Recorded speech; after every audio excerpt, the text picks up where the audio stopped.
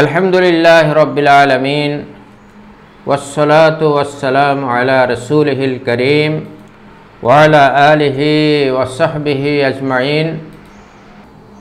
अल्हम्दुलिल्लाह আমরা আমাদের আজকের ক্লাস আরম্ভ করতে যাচ্ছি। আল্লাহ পাক আমাদের অনেককেই এই ক্লাসে অংশগ্রহণের তৌফিক দান করেছেন। আল্লাহ আমাদেরকে এই কোরআনের জন্য, ইসলামের জন্য, কালামে পাকের জন্য কবুল করুন। আমাদের আজকের আলোচনার বিষয় ইসলামের নামে নতুন নতুন ফেরকা সৃষ্টির কালো ছায়া। ইসলামের নামে নতুন নতুন ফেরকা সৃষ্টির কালো ছায়া, এই বিষয়টি আলোচনা অত্যন্ত কষ্টকর এবং অপ্রীতিকর হবে অনেক লোকের জন্য। এই বিষয়ের আলোচনা অনেকে কষ্ট পাবেন, এমনও হবে, কিন্তু এই বিষয়গুলো আলোচনা হওয়া দরকার এই জন্যে যাতে করে আমরা সচেতন হই, যাতে করে আমরা এই ব্যাপারে উদ্যোগ গ্রহণ করি নিরসনের জন্যে।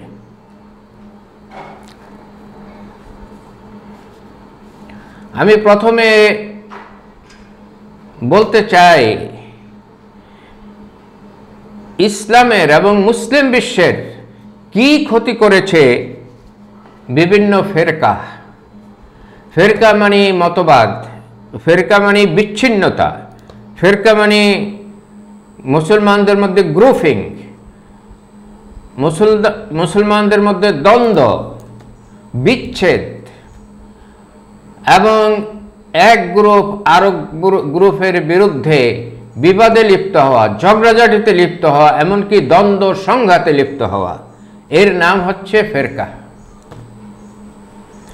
এই ফেরকা মুসলিম উম্মাকে হীনবীর্য করে দিয়েছে, দুর্বল করে দিয়েছে এবং মুসলিম উম্মাকে খণ্ড বিখণ্ড করে দিয়েছে, অঙ্গচ্ছেদ করে দিয়েছে মুসলিম উম্মার। আপনারা জানেন যে খেলাফতে রাশেদার অবসান হয়েছে ফেরকার কারণে, বিবাদের কারণে।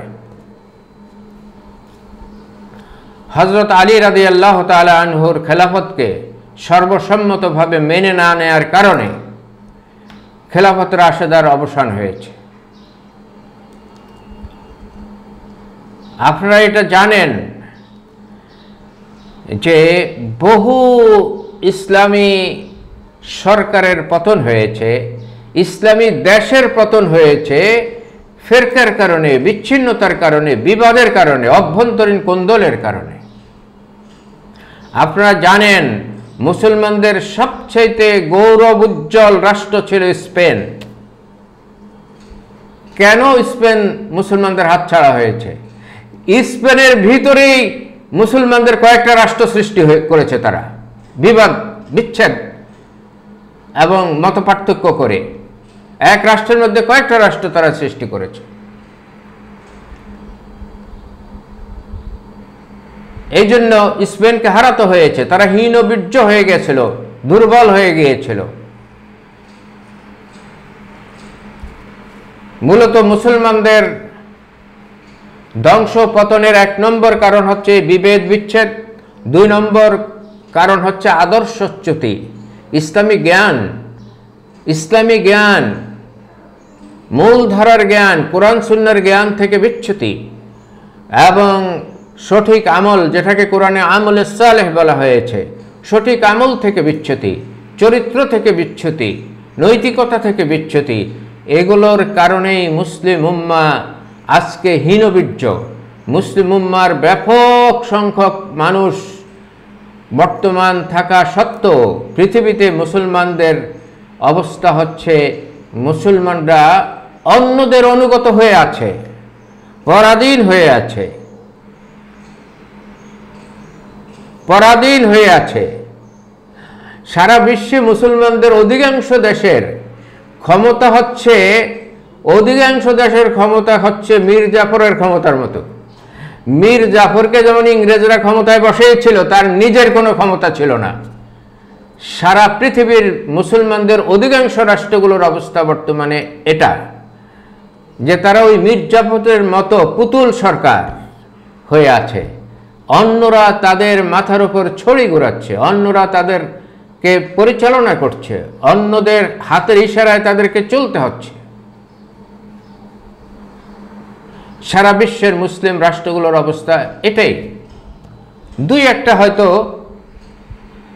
ব্যতিক্রম আছে, কিন্তু অধিকাংশ অবস্থা এটাই।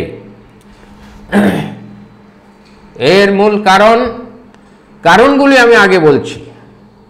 এর মূল কারণ এই ফেরকা, মুসলমানদের মধ্যে বিচ্ছেদ, বিবাদ, পারস্পরিক দ্বন্দ্ব, সংঘাত, কুন্দল, এগুলো। আর দ্বিতীয় কারণ হচ্ছে কোরআন সুন্নাহর মূল ধারা থেকে বিচ্যুতি। নৈতিকভাবে, চারিত্রিকভাবে, আমলের দিক থেকে, সামাজিকতার দিক থেকে, রাষ্ট্রীয় দিক থেকে, সকল দিক থেকে কোরআন সুন্নাহর আদর্শ থেকে বিচ্যুতি। এই বিচ্যুতি আর বিবাদ, এই দুটেই মুসলমানদেরকে শেষ করে দিয়েছে, ক্ষমতাচ্যুত করে দিয়েছে, হীনবল করে দিয়েছে। মুসলমানদের অনেকগুলো রাষ্ট্র আছে, প্রায় 60-এর কাছাকাছি রাষ্ট্র আছে, কিন্তু তারা একমত নয়। এই 60টা রাষ্ট্র এক চিন্তার নয়, এক ধ্যানের নয়, একমুখী নয়, এক আদর্শের ভিত্তিতে পরিচালিত হচ্ছে না।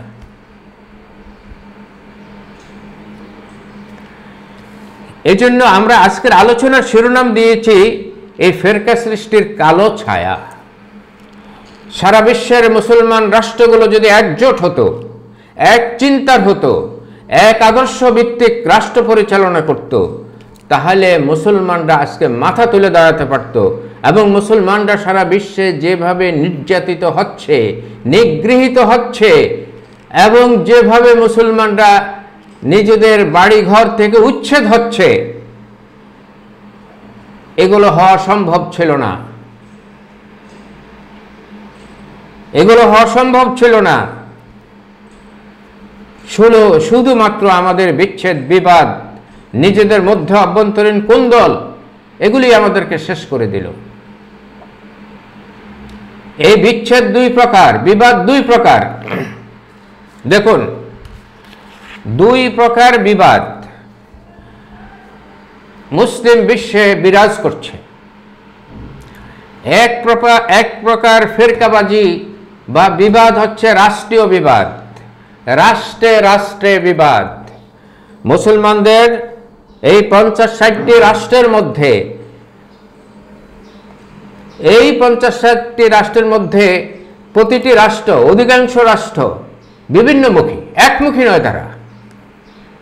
তারা একমুখী নয়। তাদের মধ্যে মনের মিল নাই, আদর্শের মিল নাই, স্বার্থের মিল নাই, বরং স্বার্থের দ্বন্দ্ব, আদর্শিক দ্বন্দ্ব, এর ফলে মানসিক দ্বন্দ্ব তাদেরকে কুরে কুরে খাচ্ছে। এটা হচ্ছে রাষ্ট্রীয় পর্যায়ে। দ্বিতীয়ত হচ্ছে মুসলমানদের মধ্যে ধর্মীয় কুন্দল। ধর্মীয় কুন্দল, ইসলাম আল্লাহ প্রদত্ত একটি দিন। আল্লাহ পাক কুরআনে বলেছেন, ইন্নাদ-দীনা ইনদাল্লাহিল ইসলাম। আল্লাহর মনোনীত একমাত্র দিন হচ্ছে, একমাত্র ধর্ম হচ্ছে, একমাত্র জীবন ব্যবস্থা হচ্ছে ইসলাম। আল্লাহ এটার নাম দিয়েছেন ইসলাম। ওয়ারাদিতু লাকুমুল ইসলাম দীনা। আল্লাহ পাক নিজে ঘোষণা দিয়েছেন, তোমাদের জন্য আমি ইসলামকে দিন হিসাবে, ধর্ম হিসাবে, জীবন ব্যবস্থা হিসাবে মনোনীত করে দিলাম। কিন্তু এই দ্বীনের দিক থেকে, ধর্মের দিক থেকে, জীবন পদ্ধতির দিক থেকে, ধর্মীয় দৃষ্টিকোণ থেকে মুসলমানরা আজকে খণ্ড বিখণ্ড হয়ে খান খান হয়ে গেছে,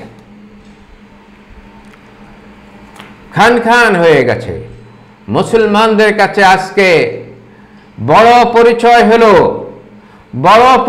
হলো আমি সালাফি, আমি হানাফি, আমি দেওবন্দি, আমি কওমি, আমি আলিয়া, আমি অমুক পীরের মুরিদ, আমি ব্রেলভি, আমি আহলে হাদিস। এইভাবে মুসলমানরা ধর্মকে, তাদের দ্বীনকে খণ্ড বিখণ্ড করে ফেলেছে, ছিন্ন ভিন্ন করে ফেলেছে। মুসলিম বিশ্বে এই বিচ্ছিন্নতার কালো ছায়া নেমে এসেছে।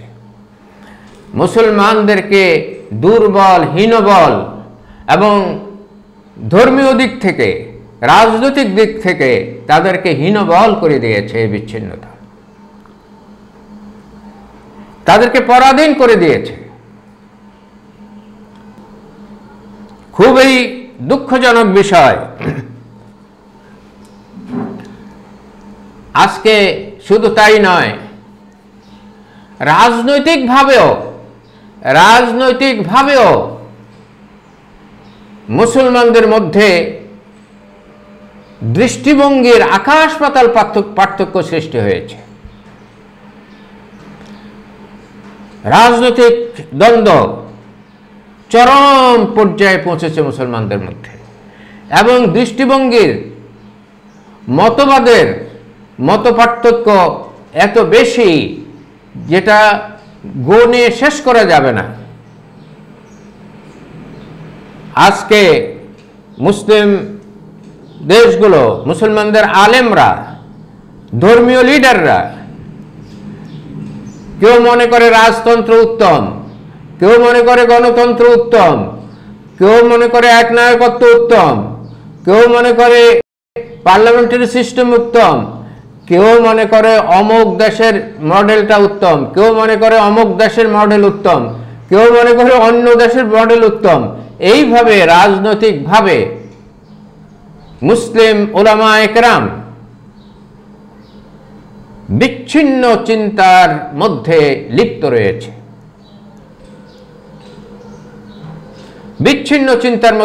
রয়েছে, কেউ মনে করে গণতন্ত্র হারাম, কেউ মনে করে রাজতন্ত্র হারাম, কেউ মনে করে ইসলামী রাষ্ট্র নামে কোনো রাষ্ট্র নাই, কেউ মনে করে মুসলমানদের রাষ্ট্র মুসলিম রাষ্ট্র হবে না, এটা হবে ইসলামী রাষ্ট্র, কেউ মনে করে না মুসলমানদের রাষ্ট্রের নাম হবে খেলাফত রাষ্ট্র। এইভাবে মুসলমানদের চিন্তাধারায় এত বিচ্ছিন্নতা এসেছে, এত বিভক্তি এসেছে যে মুসলমানদের চিন্তাধারা বিচ্ছিন্ন হওয়ার কারণে তাদের ঐক্যবদ্ধতা খান খান হয়ে গেছে, ভেঙে চুরমার হয়ে গেছে। দেখুন, মুসলমানদের যে রাষ্ট্রগুলো, সৌদি আরব মুসলমানদের একটি রাষ্ট্র, এই রাষ্ট্রে রাজতন্ত্র বিরাজমান। বিশ্বের ব্যাপক সংখ্যক আলেম মনে করে যে রাজতন্ত্র বৈধ নয়।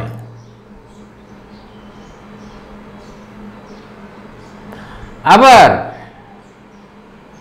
মুসলমানদের অনেক দেশে স্বৈর শাসন বিরাজমান, যেমন মিশর। ইসলামী শিক্ষা এবং জ্ঞানের কেন্দ্র হচ্ছে মিশর। মিশরে স্বৈরতন্ত্র, সামরিক শাসন বিরাজমান, এবং ইসলামপন্থীদেরকে সেখানে নির্যাতন করা হচ্ছে, কিন্তু একটা বিরাট গ্রুপ আলেম মনে করে এটাই বৈধ, এবং মিশরের আল আজহারের প্রধান শেখ এই স্বৈরতন্ত্রের পক্ষে।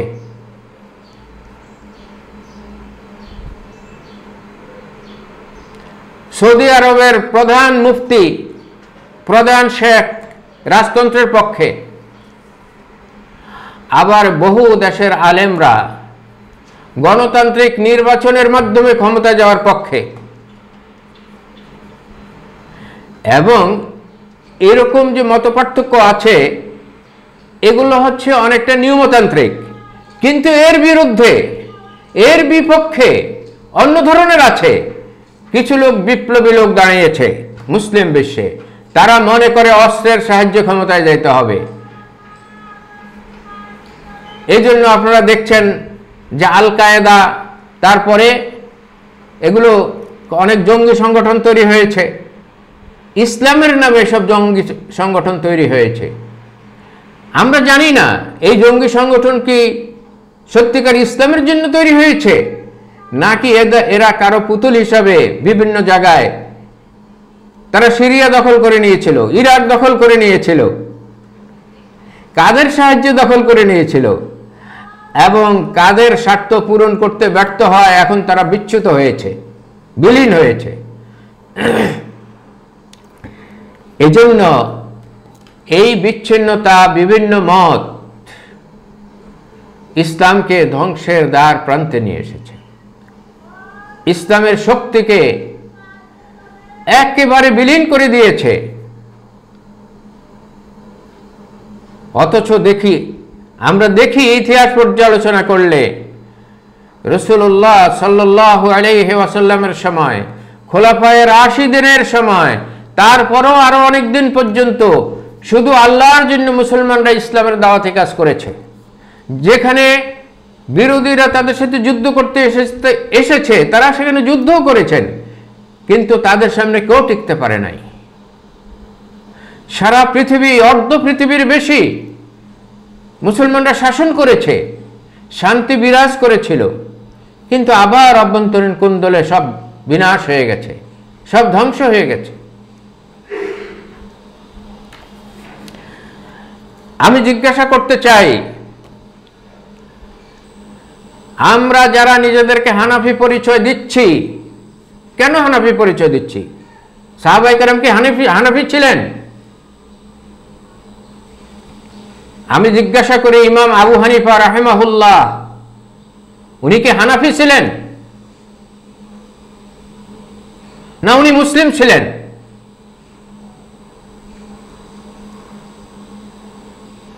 যারা নিজেদেরকে সালাফি পরিচয় দিচ্ছেন এবং ইমাম ইবনে তাইমিয়ার দোহাই দিচ্ছেন, ইমাম ইবনে তাইমিয়া কি কখনো বলেছেন তিনি সালাফি অথবা সালাফি ধর্মের প্রতিষ্ঠাতা?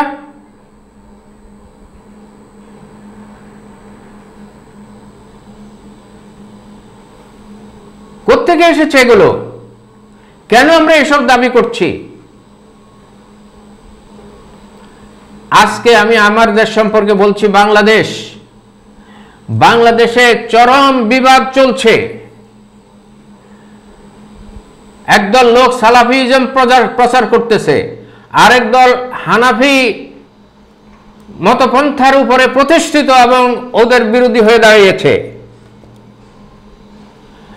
বাংলাদেশে কওমি আলেমরা এক নৌকায় উঠে আছেন, আলিয়া নেসাবের আলেমরা আরেক নৌকায় আছেন। বাংলাদেশের পীর সাহেব এবং তাদের মুরিদানরা এক নৌকায় আছেন, আর যারা পীর মুক্ত তারা অন্য নৌকায় আছেন। কেন এই বিবাদ? শুধু তাই নয়, যে নৌকায় উঠেছেন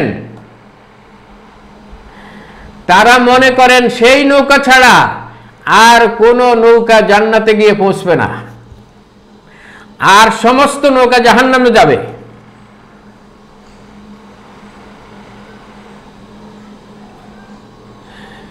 যেই পথ ধরেছেন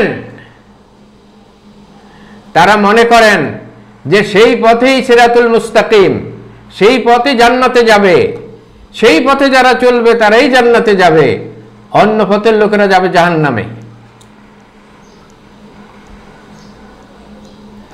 শুধু তাই নয়,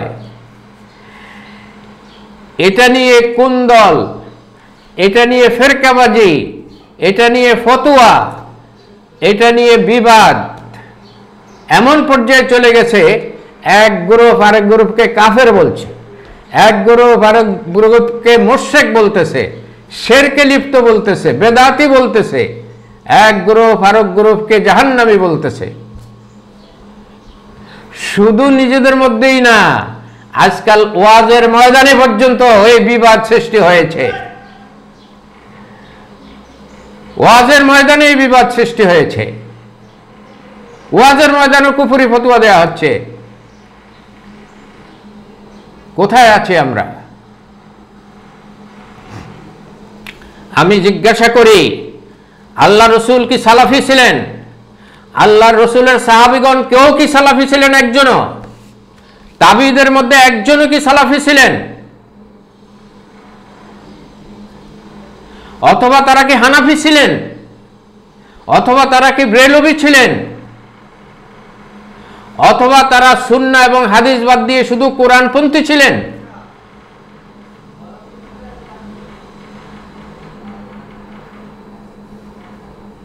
সুতরাং কোন সালাফি, কোন হানাফি, কোন কোরআনওয়ালা, কোন ব্রেলভি এরা কই রসুলের উম্মত হইতে পারে না। রসুলের উম্মত শুধু তারাই যারা বলবে ইন্নানি মিনাল মুসলিমিন, আমি মুসলমান, আমি মুসলিম। মুসলিম ছাড়া অন্য কোনো দাবি রসুলের কোনো উম্মত দাবি করতে পারে না। কারণ আল্লাহ রাব্বুল আলামিন নিজে বলে দিয়েছেন, হুয়া সাম্মাকুমুল মুসলিমিন, আল্লাহ আমাদের নাম দিয়েছেন মুসলিম। আল্লাহ আমাদেরকে মুসলিম নামে অভিহিত করেছেন। আমাদের ধর্মের নাম ইসলাম। ইন্নাদ দীনা ইনদাল্লাহিল ইসলাম ওয়া রাদিতু লাকুমুল ইসলাম দীনা। আল্লাহ ইসলামকে আমাদের দ্বীন মনোনীত করেছেন। অথচ এখন আমাদের দ্বীন হয়ে গেছে সালাফিজম, আমাদের দ্বীন হয়ে গেছে হানাফি মাযহাব, আমাদের দ্বীন হয়ে গেছে ব্রেলভি, আমাদের দ্বীন হয়ে গেছে মাদখালি, আমাদের দ্বীন হয়ে গেছে এটা, আমাদের দ্বীন হয়ে গেছে ওটা। এগুলি কি আমাদের দ্বীন? আমাদের দ্বীন হয়ে গেছে আমরা কোরআনওয়ালা, আমরা হাদিস মানি না। আমাদের দ্বীন হয়ে গেছে এটা, আমাদের দ্বীন হয়ে গেছে ওটা। এই সর্বনাশের মধ্যে আমাদেরকে কারা লিপ্ত করে দিয়েছে? এইসব সর্বনাশ উদ্ভাবন কোন অতীত আলেম করেন নাই। এসব সর্বনাশের উদ্ভাবন ইমাম ইবনে তাইমিয়া রাহিমাহুল্লাহ করেন নাই, ইমাম আবু হানিফা রাহিমাহুল্লাহ করেন নাই, ইমাম মালিক রাহিমাহুল্লাহ করেন নাই, ইমাম আহমদ ইবনে হাম্বল রাহিমাহুল্লাহ করেন নাই। এসব সর্বনাশের উদ্ভব অতীতের কোনো আলেমরা করে যান নাই। এসব সর্বনাশের উদ্ভব করেছে মুসলিম বিশ্ব যখন পরাধীন হয়েছে, তখন ইহুদি এবং খ্রিস্টানদের ষড়যন্ত্রকারীরা মুসলমানদের মধ্যে এইসব চিন্তাধারা ঢুকিয়ে দিয়েছে। কাদিয়ানি কারা সৃষ্টি করেছে? বাহাই কারা সৃষ্টি করেছে? ব্রেলভি কারা সৃষ্টি করেছে?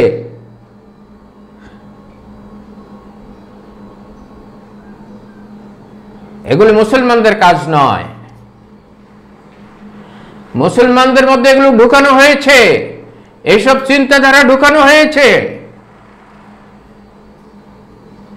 মুসলমানদের মধ্যে এই চিন্তা শয়তান ঢুকিয়েছে, আনা খায়রুম মিনহু, আনা খায়রুম মিনহু। আপনারা এটা জানেন, সূরা আরাফ পড়েন, সূরা আরাফ পড়েন। আল্লাহর হুকুম, আল্লাহর নির্দেশ সত্ত্বেও ইবলিস কেন আদম আলাইহিস সালামকে সাজদা করে নাই? কেন আবা ওয়াস্তাকবারা, সে কেন অস্বীকার করলো এবং অহংকার করলো এবং নিজেকে বড় মনে করলো? কেন? আল্লাহ তাকে জিজ্ঞাসা করলেন, কোন জিনিস তোমাকে আমি নির্দেশ দেওয়া সত্ত্বেও আদমকে সেজদা করা থেকে বিরত রেখেছে? শয়তান পরিষ্কার বলেছে আনা খায়রুম মিনহু, আমি আদমের চাইতে উত্তম, সুতরাং আমি কেন তাকে সেজদা করব? সুতরাং যারাই বলবে আমরা সহি, মুসলমানদের মধ্যে যেই গ্রুপই বলবে আমরা সহি, তারা শয়তানের অনুসারী। সুস্পষ্ট এটা কোরআনের দলিল।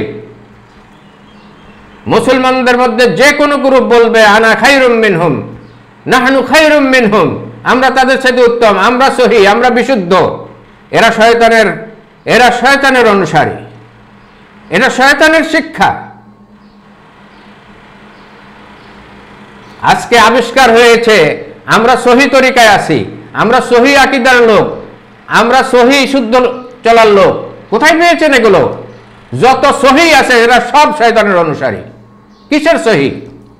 সাহাবায়ে কেরাম সহি ছিলেন না? তারা কি নিজেদেরকে সহি দাবি করেছেন? আবার আকীদা নামে একটা জিনিস আবিষ্কার করা হয়েছে। কোরআন হাদিসে আকীদা বলতে কিছুই নেই। কোথা থেকে এসেছে আকীদা?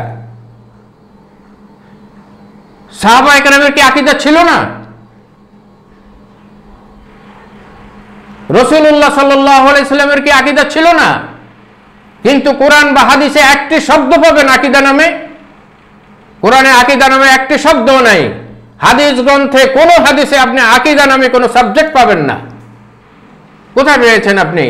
মুসলিম হয়ে আকীদা প্রচার করতেছেন? কিসের আকীদা? আকীদা যারা তৈরি করেছে তাদের পড়ে দেখেন। আকীদা তৈরি করেছে তথাকথিত দরবেশরা, আকীদা তৈরি করেছে তথাকথিত ক্ষমতার পূজারীরা, যেটা আল্লাহ এবং আল্লাহর রাসূল আমাদেরকে শিক্ষা দেননি, সাহাবায়ে কেরাম যেটা আমাদেরকে শিক্ষা দেননি, সেগুলি নিয়ে আমরা আজকে বিভক্তি সৃষ্টি করছি নিজেদের মধ্যে।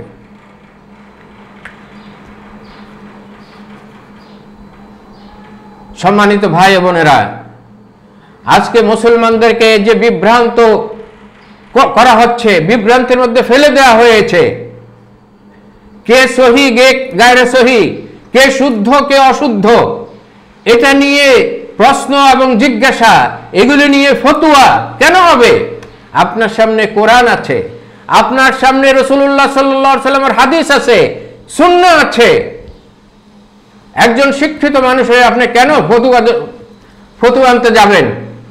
আমরা যারা আলেম, আমরা যারা মুফতি, আমরা কদ্দুর লেখাপড়া,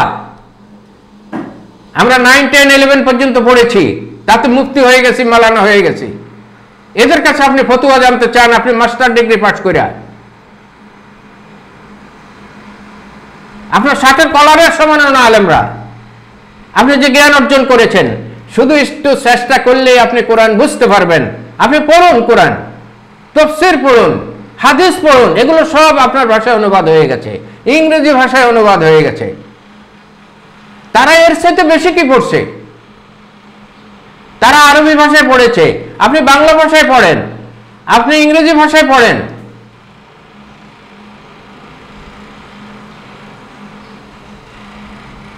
সুতরাং আমি আধুনিক শিক্ষিত ভাইদের বোনদের কাছে অনুরোধ করব, আপনারা মুফতিদের কাছে যাবেন না, আপনারা ফতোয়া জিজ্ঞাসা করতে যাবেন না, আপনারা যাবেন কোরআনের কাছে, আপনারা যাবেন হাদিসের কাছে। কোরআন পড়ুন, হাদিস পড়ুন। কেন আপনারা লেখাপড়া করেন না? ইসলামের সব কিছুর সমাধান আছে, সব কিছুর সমাধান কোরআনে আছে। তাফসীর একটা পড়ে আপনি যদি সন্তুষ্ট না হন, আপনি 5টা তাফসীর পড়েন। তাফসীরগুলো তো বাংলা হয়ে গেছে, অনুবাদ হয়ে গেছে। এরপরে যদি বিরোধ দেখেন, একটা আয়াতের তাফসীর যদি কয়েক রকম হয়ে থাকে, আপনার বিবেক আপনাকে সাক্ষী দিবে। আপনি যদি পুরো কোরআন অর্থ সহ পড়ে থাকেন, তো কোরআনের জ্ঞানই আপনাকে বলবে কোনটা সঠিক আর কোনটা সঠিক নয়। হাদিসের মধ্যে যদি বিরোধ পান আপনি, কোন হাদিসটা সহি কোন হাদিসটা সহি নয়, এটা মুহাদ্দিসগণই সেগুলো আপনাদের জন্য আমাদের জন্য বলে দিয়ে গেছেন, সহি হাদিস এবং গায়রে সহি হাদিস। সব কিছু তারা বাছাই করে দিয়ে গেছেন। কেন আপনি আমার মতো মাওলানার কাছে ফতোয়া জিজ্ঞাসা করেন, মুফতির কাছে ফতোয়া জিজ্ঞাসা করেন?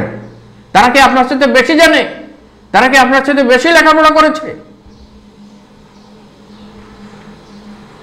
শুধু আমার আপনার মধ্যে ভুল হইল, আমরা কোরআন হাদিস বাদ দিয়া মুফতিদের দ্বারস্থ হইতেছি, মাওলানাদের দ্বারস্থ হইতেছি, খতিবদের দ্বারস্থ হইতেছি।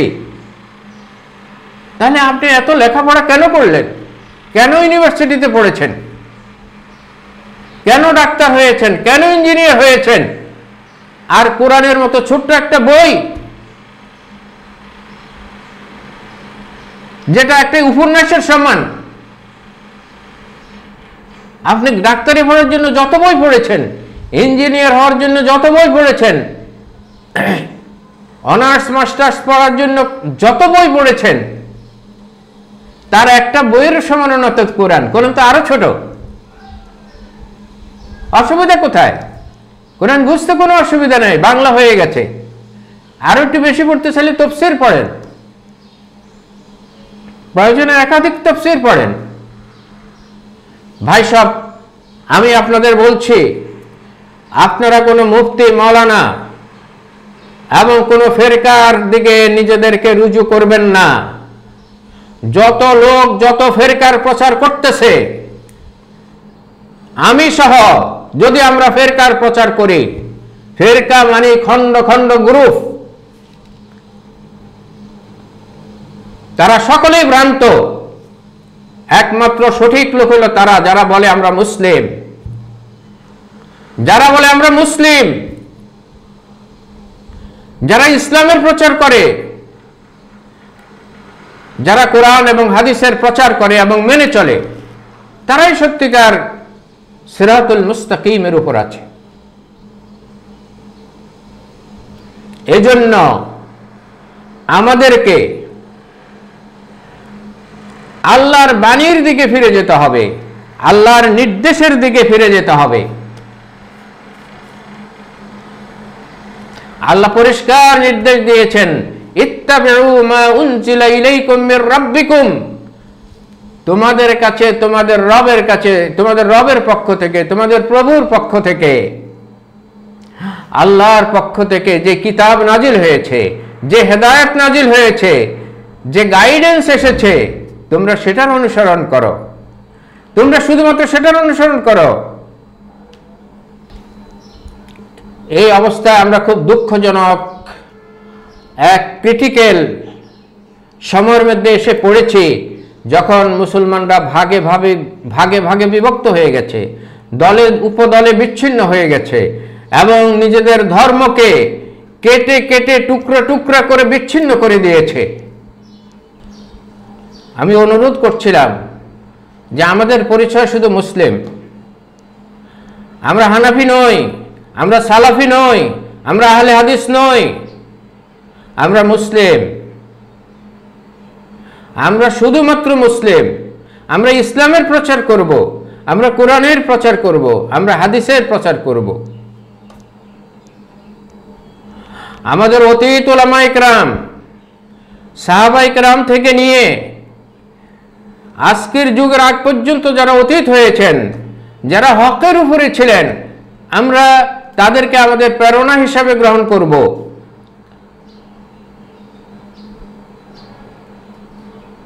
তাদের নৈতিক উচ্চতাকে, তাদের আমলের উচ্চতাকে আমাদের প্রেরণা হিসাবে আমরা গ্রহণ করব।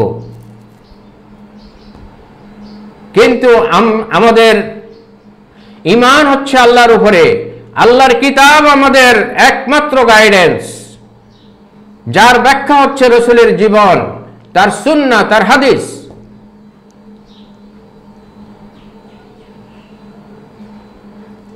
আজকে অতীব দুঃখের সাথে বলতে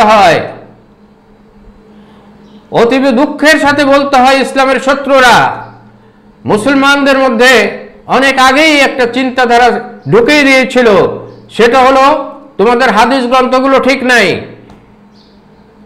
এগুলো বহু বছর পরে সংকলিত হয়েছে, এগুলো সব ভ্রান্ত, তোমরা শুধু কোরআন মানবা, তোমরা শুধু কোরআন মানবা।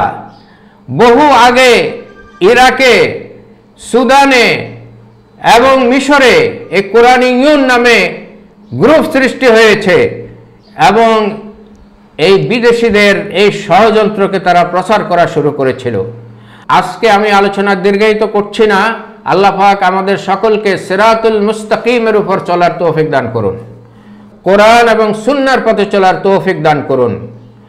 আমরা কোনো উপনাম ইসলামের সাথে সংযুক্ত করব না।